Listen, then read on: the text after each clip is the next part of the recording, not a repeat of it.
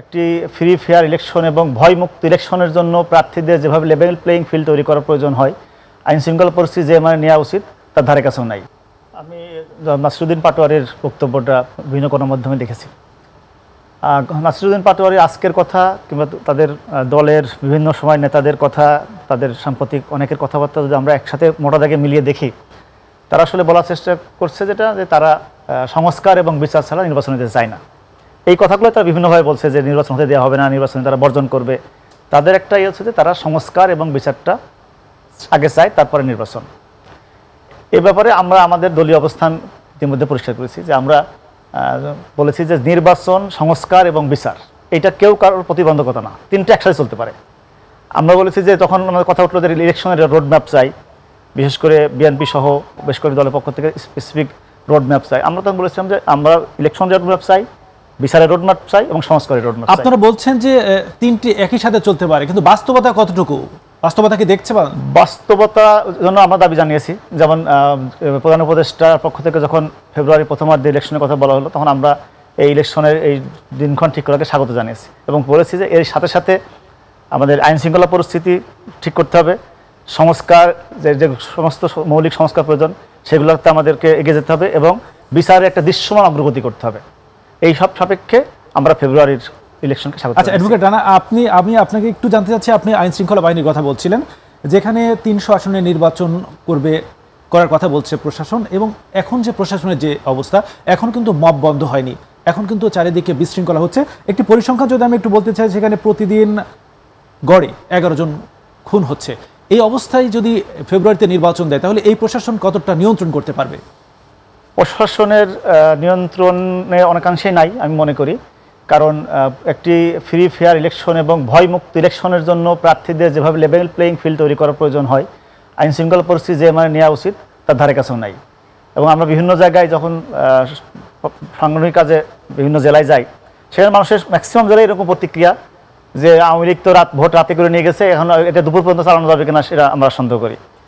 তো আমরা মনে করি যে ইলেকশনটাকে যদি সুষ্ঠু, নিরপেক্ষ এবং ভয়বিধির ঊর্ধ্বে রেখে করতে হয়, তাহলে এই আইন শৃঙ্খলা পরিস্থিতি অভূতপূর্ণ উন্নতি সাধন করতে হবে।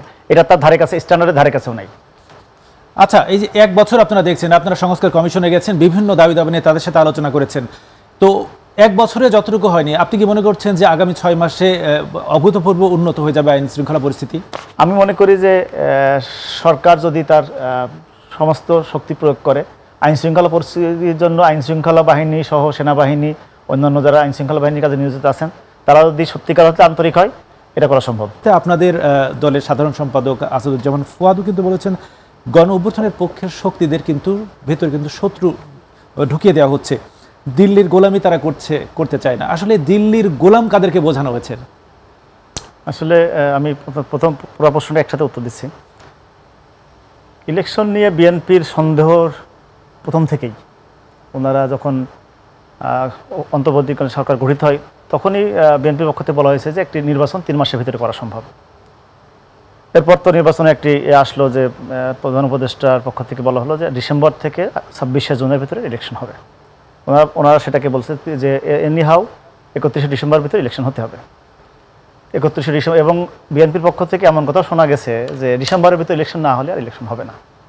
তো ইলেকশনে যেহেতু আমরা একটা রোডম্যাপের কাছাকাছি চলে এসেছি, আপনি জানেন ইতিমধ্যে প্রধান উপদেষ্টা অফিস থেকে, সরকারের পক্ষ থেকে গেছে একটা অনুরোধপত্র গেছে ইলেকশন কমিশনের কাছে। তারা ফেব্রুয়ারির প্রথমার্ধেই ইলেকশন করার জন্য আইন শৃঙ্খলা বাহিনী সহ তারা একটা প্রস্তুতি গ্রহণ করতেছে।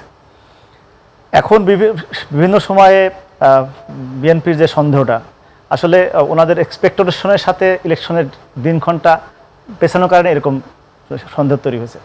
সরকার কিন্তু কখনোই ইলেকশন হবে না, ইলেকশন করার পরিস্থিতি নাই, কিংবা ইলেকশন দেওয়ার এই টাইপের কোনো কথা প্রধান উপদেষ্টা তার প্রেস উইংকে কখনোই বলা হয় নাই। বরঞ্চ প্রেস উইংয়ের পক্ষ থেকে প্রধান উপদেষ্টাকে রেফারেন্স দিয়ে বলা হয়েছে কোনোভাবেই এই সরকার 30শে জুনের পরে ক্ষমতায় থাকতে চায় না।